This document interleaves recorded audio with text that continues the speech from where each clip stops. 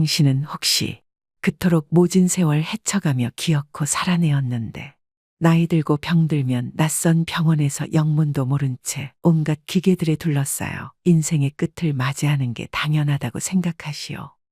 그래서 다들 유행처럼 쓴다는 연명치료 거부 신청서만 써놓으면 모든 상황이 저절로 흘러가서 자연스럽게 존엄사를 맞이할 수 있다고 생각하시오.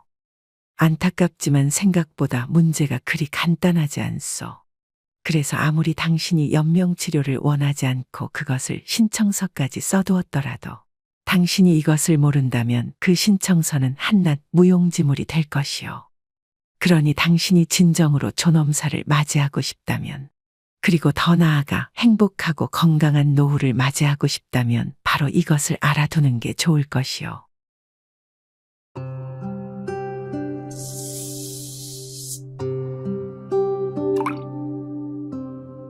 안녕하세요. 노인을 위한 나라는 있다. 노나입니다. 최근에는 의학이 발달하면서 우리의 수명이 길어졌습니다. 그런데 수명이 길어졌다고 해서 그것이 우리의 삶의 질까지 높아졌다는 뜻은 아닐 것입니다. 혹시 여러분들께서는 여러분들의 임종에 대해 생각해 본 적이 있으신가요? 물론 우리가 나이가 들고 살아온 날들보다 앞으로 살 날이 적다고 하여 저절로 죽음을 편안하게 받아들이게 되는 것은 아닙니다. 오히려 나이가 들수록 눈치도 없이 생존에 대한 열망이 강해지기도 합니다. 그래서 일찍이 석가모니도 목숨이 있는 자는 모두 괴로움을 두려워하며 목숨이 있는 자는 모두 죽음을 두려워한다고 말했습니다.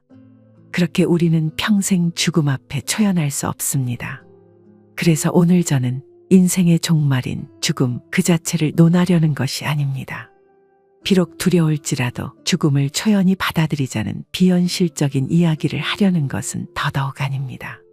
오늘 제가 드리고 싶은 말씀은 산다는 것은 숨쉬는 것이 아니라 행동하는 일이다 라고 말했던 프랑스의 사상가 루소의 말처럼 사람이 살아도 온전한 자기정신으로 사는 것이 아니라면 그것이 어찌 사람이 사는 것이냐는 말씀을 드리고 싶은 것입니다. 그러니 우리가 아무리 오래 산들 의식을 잃고 병원에서 무의미한 검사와 치료를 받으며 시간과 돈을 낭비하다가 마침내 종국엔 허무히 죽음을 맞는 것이 무슨 소용이 있을까요? 그렇게 원하든 원하지 않든 모두에게 공평하게 찾아오는 죽음 앞에서 임종의 순간에 행복하고 편안한 죽음을 위해 우리의 마지막을 선택할 수 있다면 여러분은 어떻게 하실런지요? 아니 자식들하고 상의도 안 하고 그렇게 해버리면 어떡해? 황씨 할머니의 딸이 화가 단단히 났습니다. 그래서 홧김에 할머니가 손질하던 대추를 집어다가 던져버렸습니다. 황씨 할머니는 딸이 그러건 말건 눈 하나 깜짝하지 않고 말합니다. 안 그래도 네가 이럴까봐 그냥 해버린 거야. 갈 때가 돼서 자연스럽게 떠난다는데 뭘 그렇게 유난이니? 취소해. 지금 당장 가서 다시 취소해. 취소하긴 뭘 취소해? 이미 신청해 놓은 걸 어떻게 취소를 하니? 황씨 할머니는 올해 88세로 할아버지와 시장에서 호떡 장사를 하십니다. 한평생 해오던 일이지만 할머니도 할아버지도 몸이 예전 같지 않으십니다. 할아버지, 앞으로 몇 년이나 더 하실 수 있을 것 같으세요? 단골 손님이 할아버지께 물었습니다. 그걸 내가 어떻게 알겠어? 요즘은 조금만 움직여도 허리가 아파서 오래 일을 못해.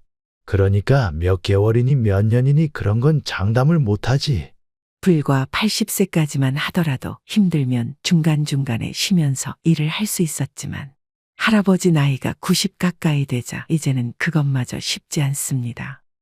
그래서 몇 년 전부터 딸이 할아버지의 가게를 이어받았고 노부부는 딸이 힘들까봐 거들기만 하셨습니다. 그런데 이제는 그 거드는 것마저 힘들어서 쉽지 않습니다. 노부부는 장사가 잘 돼도 고달픈 밥벌이를 딸에게 물려줘서 마음이 편하지 않습니다. 그래서 어떻게든 도와주고 싶었지만 나이가 들면서 몸에 힘이 빠지니 속이 상할 따름입니다. 50대 며느리도 시누이를 돕지만 워낙 힘든 일이라 매일 녹초가 되어 귀가를 합니다. 그리고 몇 년 전 황씨 할머니는 뇌경색으로 대학병원에 입원을 한 적이 있었습니다. 그래서 할머니는 한동안 병원 신세를 져야만 했습니다. 그때부터 몸의 상태가 급격하게 나빠진 할머니는 저녁만 되면 다리가 저려서 견딜 수가 없었지요. 그래서 아들과 할아버지가 다리를 주물러 드려야만 겨우 잠에 드셨습니다. 그래서 자식들은 제발 일하러 나오지 말라고 말리지만 할머니는 말을 듣지 않습니다. 아니야, 일을 해야 건강하게 병하고도 싸우는 거지. 좀 아프다고 집에 앉아서 하루 종일 가만히만 있으면 진짜 큰일 나는 거야. 하지만 그래도 나이에 따라 몸이 점점 더 나빠지는 것은 어쩔 수 없습니다. 그래서 할머니는 요즘 걱정이 많습니다. 혹시라도 여기서 건강이 더 나빠져서 자식들을 힘들게 하면 어쩌나 하고 말입니다. 여보, 우리 연명치료 안 하는 그거 내일 신청하러 갑시다. 할머니는 결국 마음속에 담고 있는 이야기를 먼저 꺼냈습니다. 그럼 애들도 알아야 하니까 내일 애들이랑 상의해요. 애들하고 상의하고 말고 할 것도 없어요. 애시당초 그런 걸 애들이 하라고 할 리가 없잖아요.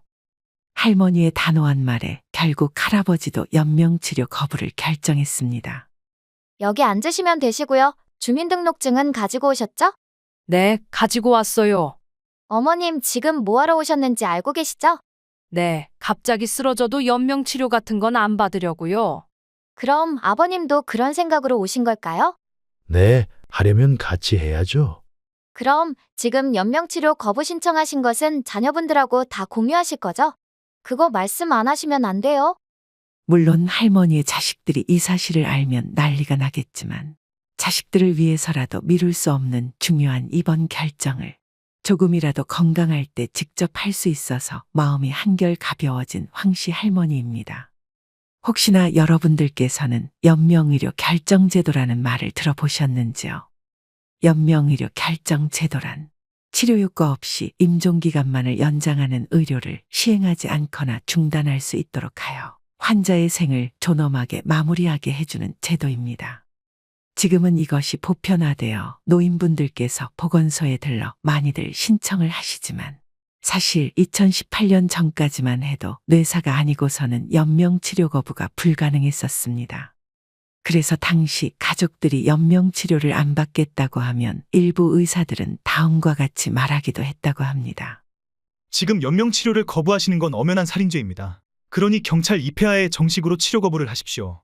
그리고 실제로 경찰까지 불러서 엄포를 놓는 의사도 있었다고 합니다. 그렇다면 그 의사들은 왜 이렇게까지 연명치료에 진심이었던 것일까요? 연명치료는 인공호흡기, 인공심폐기 그리고 혈액투석과 심폐소생술이 시행되는 고강도 의료처치입니다. 그래서 연명치료를 하면 기본적인 병실 비용에 갖가지 검사 비용과 치료 비용까지 해서 한 달에 평균 1,366만 원이 든다고 합니다. 그래서 통계를 보면 우리나라 사람들은 임종 전 1년간 평균 3개월 동안 병원에 입원하고 병원비로 약 3천만 원을 쓰는 것으로 나타났습니다. 그리고 이들 중 53%가 CT나 MRI 같은 검사를 받고 37%는 응급실에 갑니다. 또한 13%는 중환자실에 입원을 하며 7%가 항암 치료를 받는다고 합니다. 그렇게 우리는 임종 직전에 한 달 동안 생애 말기 의료비의 최대 42%를 쓰고 떠나가고 있습니다. 그래서 임종 직전의 의료비의 급증은 노후를 맞이한 우리에게 크나큰 화두가 아닐 수 없지요. 하지만 문제는 우리가 사연 속 황씨 할머니처럼 막상 연명치료 거부 신청을 한다고 해도 우리의 존엄사 문제가 해결되는 것이 아니라는 것입니다. 그리고 의사들 또한 자식들이 막상 부모님의 연명의료 의향서를 가져와도 문제는 산재에 있다고 합니다. 이게 무슨 말이냐면 만약 우리들 중 누군가가 노안으로 쓰러져서 혼수 상태에 빠졌다고 가정해 보겠습니다. 그렇다면 그의 가족들은 갑자기 닥친 일에 수많은 혼란을 겪게 될 것입니다. 그리고 응급실 의사는 가족들에게 수술을 받을 거냐고 물어보겠죠. 그러면 가족들은 의사에게 수술을 받으면 어떻게 되는 것이냐고 물어볼 것입니다. 그러면 의사는 이렇게 대답합니다. 워낙 연세가 높으셔서 수술을 해도 돌아가실 가능성이 높다고. 그리고 사신다고 해도 식물인간이 될 확률이 99%라고 말입니다. 그렇다면 자식들은 자식된 도리로 부모님을 그냥 돌아가시게 할 수 없으니 일단 수술을 해달라 할 것입니다. 그 사람이 연명치료 거부 신청서를 썼음에도 불구하고 말입니다. 그리고 이어지는 다양한 의학적인 상황에 의사와 자식들은 수많은 난관을 다시 마주하게 됩니다. 그래서 부모님을 중환자실로 옮겨서 다시 치료를 해야 할 수도 있고, 삽관을 해서 약물을 투여할 것인지, 콧줄이라고 불리는 비위관을 삽입할 것인지 등등 환자의 의학적 상태에 따라 경우의 수가 너무 복잡하여 연명의료 의향서를 써도 현장에서 선택해야 되는 수많은 상황들이 발생하게 된다는 것이죠. 그래서 결국 병원에서는 환자의 가족들에게 다시 이러한 상황에 대해 되묻게 된다는 것입니다. 그러면 이런 상황에서 자식들이 어떻게 대답을 할까요? 멀쩡히 살아계신 부모님을 치료도 하지 않고 내버려둘 자식이 몇이나 될까요? 게다가 평소에 왕래도 없던 먼 친척이라도 와서 너 그러는 거 아니다. 너네 부모님이 얼마나 고생해서 너희를 키웠는데 너희들은 어떻게 마지막 자식된 도리를 저버릴 수 있어? 이렇게 자식들에게 훈계라도 한다면 어떨까요?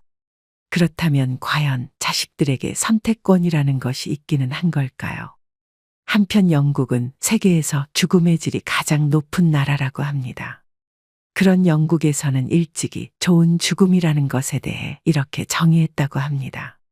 그들이 말하는 좋은 죽음이란 본인이 익숙한 환경에서 존엄과 존경을 유지한 채 가족과 친구들과 함께 고통 없이 죽어가는 것이라고 말입니다.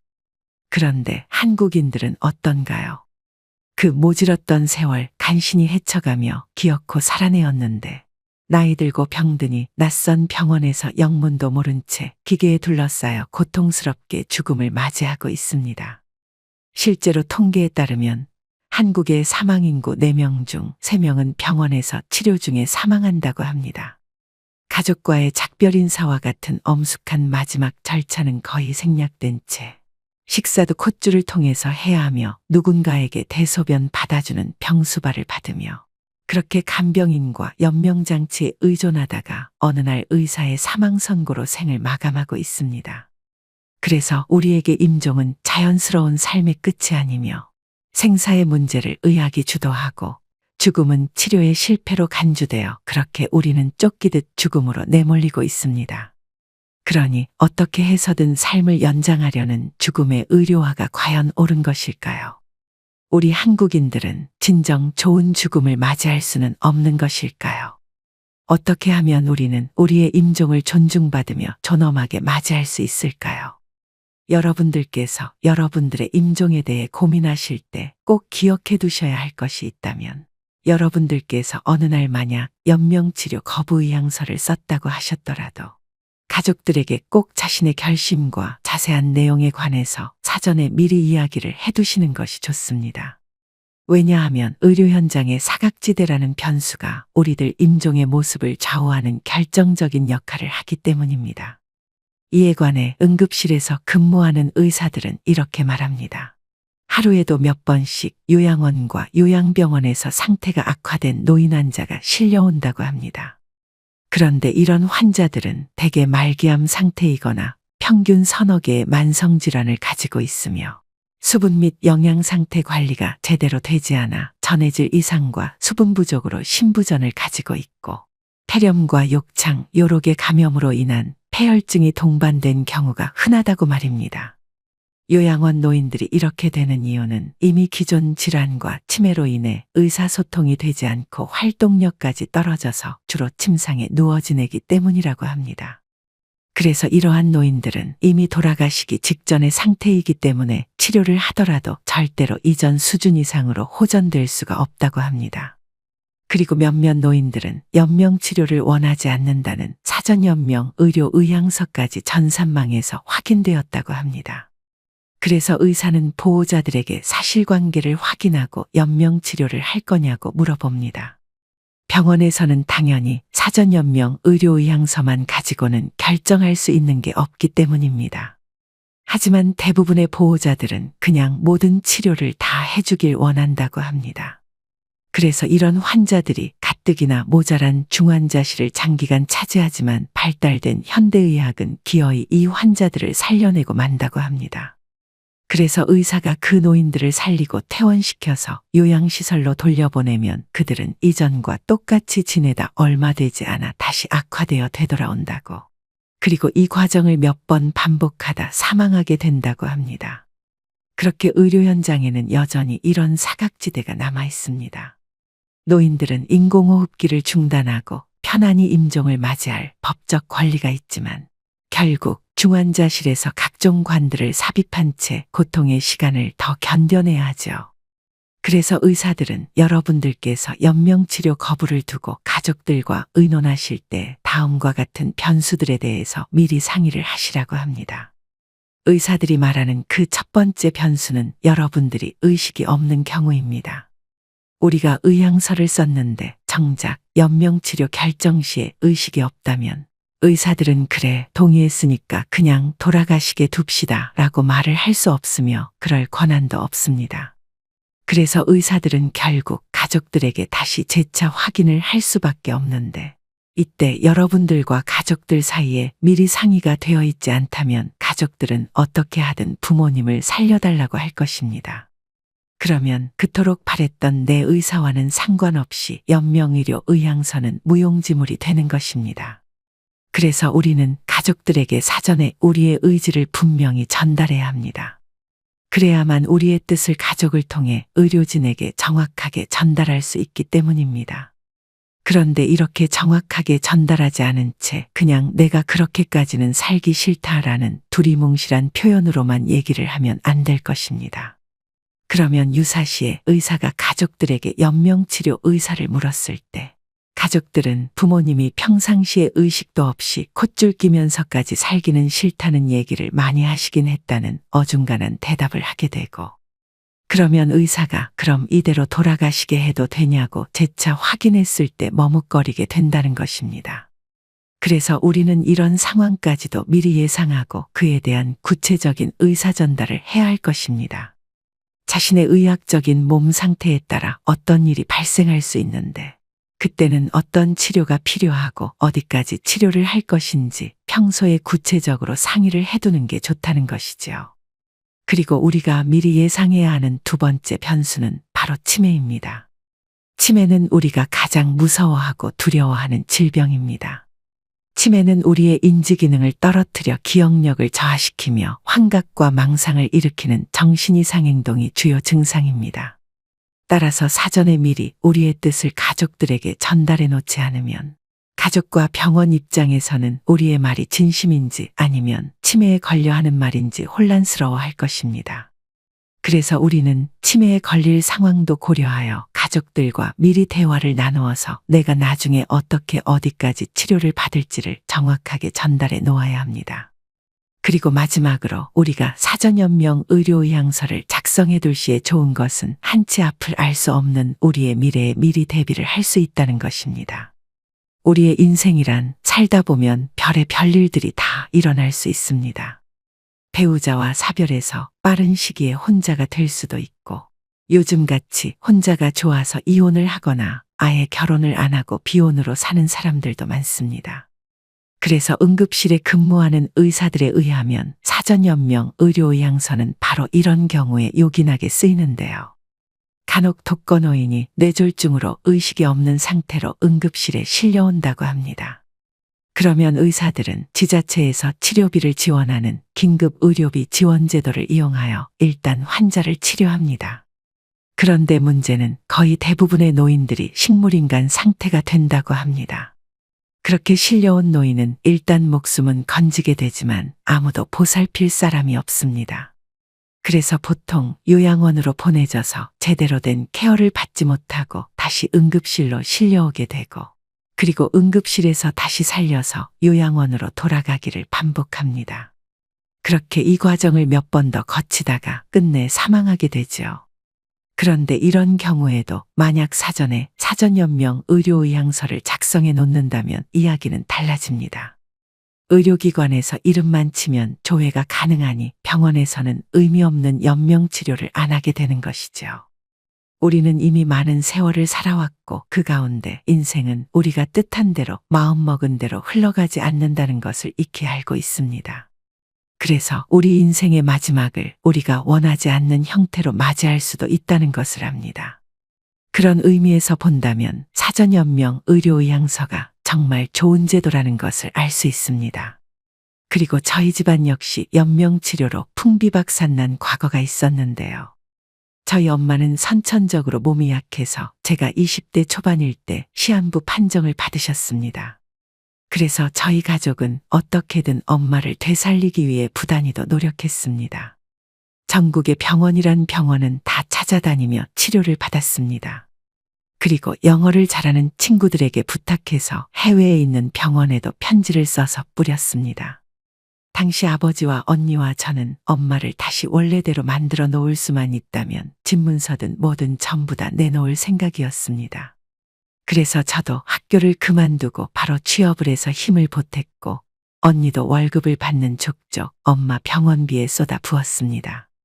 그리고 아버지는 장기이식이든 뭐든 자기 목숨을 대신 가져가도 좋으니 집사람 제발 살려만 달라며 의사들에게 매달렸습니다.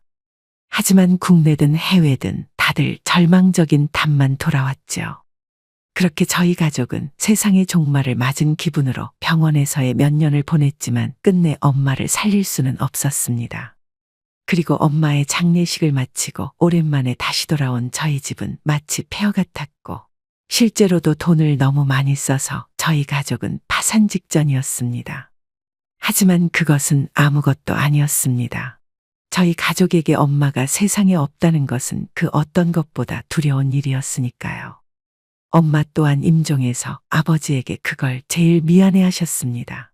그리고 두려워하셨습니다. 당신을 살릴 수만 있다면 돈이든 시간이든 목숨이든 한치의 망설임 없이 집어 던지던 가족들의 모습을 보며 미안해하고 고마워하기도 했지만 이러다가 길거리에 나앉거나 줄초상이 난다며 두려워도 하셨습니다. 그래서 저는 생각했습니다. 혼자 된 아버지를 위해서라도 내가 오래오래 건강해야겠다고. 그래서 결혼하고 나서도 가족들의 재산과 마음을 지켜줘야겠다고 말입니다. 실제로 저도 딱 엄마를 닮아서 선천적으로 몸이 약했으니까요. 그래서 몸에 좋다는 운동은 다 찾아서 하고 몸이 조금만 안 좋아도 적극적으로 치료해왔습니다. 그래서 부항과 파스와 생약 소염제는 제가 항상 가지고 다니는 필수품이기도 합니다. 그리고 요즘은 건강한 노년을 위한 책도 읽으면서 디테일한 건강 공부를 하고 있는데요. 그중에 최근에 읽은 질병해방이라는 책의 내용이 너무 괜찮아서 이번 기회에 이 책의 내용에 대해 이야기를 해보려고 합니다. 이 책에서는 노인들의 장수를 느린 죽음으로 표현합니다. 게다가 장수라는 단어는 만병통치법을 알고 있다고 주장하는 사기꾼들과 돌팔이들에 의해 오염되었다는 거친 표현도 가감없이 하고 있는데요. 그리고 과연 장수가 단지 천천히 시들어가면서 생일을 더 많이 챙기는 것을 의미하는가? 라는 질문을 던지기도 합니다. 그렇다면 우리는 이쯤에서 그럼 이 책을 적은 저자는 누구인가? 이 책을 적은 당신은 돌팔이 사기꾼이 아닌가? 라는 질문을 하지 않을 수 없습니다. 그래서 찾아본 결과 이 책을 적은 사람은 세계적인 노인들의 장수 의학의 권위자이자 노화와 만성질환을 전문으로 연구하고 치료하는 의사이며 노인들의 건강 수명의 획기적인 증진을 목표로 하는 의료시설의 설립자였습니다. 그는 그간의 다양한 임상 경험을 통해 사람의 죽음의 원인과 그 해결책에 대해 이렇게 말하고 있습니다. 여러분이 베이스 점프와 모터사이클 그리고 핸드폰을 보면서 운전을 하는 위험한 행동을 즐기는 사람이 아니라면 주로 심장병과 치매, 알츠하이머와 당뇨병 그리고 암으로 사망할 확률이 압도적으로 높습니다. 그러니 여러분들이 장수를 달성하려면, 다시 말해 건강하게 오래 살려면 우리는 이러한 느린 죽음을 이해하고 직시해야 합니다. 그리고 병원 의사들보다 금연이 훨씬 더 많은 폐암 환자를 줄일 수 있었듯이 무엇보다 예방이 중요한데, 따라서 우리는 보다 빨리 그리고 더 적극적으로 우리의 건강에 개입해야 합니다. 그래서 그는 이 책을 총 17장으로 쓰고 그것을 크게 3부로 나누어 두었는데 1부에서는 우리가 노후에 알아차리고 싸워야 할 대상이 무엇인지 설명하고 2부에서는 위스키와 시거가 장수 비결이었다는 백세 노인이나 고대섬에서 발견되었다는 장수약물을 분석하는 등 보다 본격적으로 우리 노후를 괴롭히는 질병들에 대해 알아보면서 3부에서는 마침내 이것들을 정복하는 구체적인 방법들이 적혀 있었습니다. 그리고 불행히도 우리 인간은 저축보다 일확천금을 좋아하기에 미주알 고주알 나열하면서 이거 해라 저거 해라 같은 말을 듣는 것을 극도로 싫어합니다. 그러면서 결론에 이르러서는 또 보나마나한 뻔한 말을 할 거라고 짐작하기 마련인데요. 그래서인지 이 책은 아주 영리하게 쓰여졌습니다. 심장병, 당뇨병, 암, 치매 등등 노인들은 듣기만 해도 무시무시한 질병을 아무렇지 않게 얘기하는데 나중에 읽다 보면 저자는 이러한 질병을 피하려면 어떻게 해야 하는지를 운동과 영양, 수면과 정서 건강의 측면으로 나누어서 아주 세세하고 친절하게 알려주고 있었으니까요. 또한 여느 과학과 의학 전문가들이 쉽게 범하는 어렵게 써서 어렵게 읽게 만드는 오류도 범하지 않아 누구나 쉽게 읽을 수 있다는 것 또한 제가 여러분들께 이 책을 추천해드리는 이유가 되었답니다. 그래서 이 책에서 말하는 것처럼 우리의 노후 건강을 위협하는 질병의 정체를 자세하게 하시고 여러분들도 우리가 사는 그날까지 능히 건강을 유지하여 행복한 노후를 보내셨으면 합니다.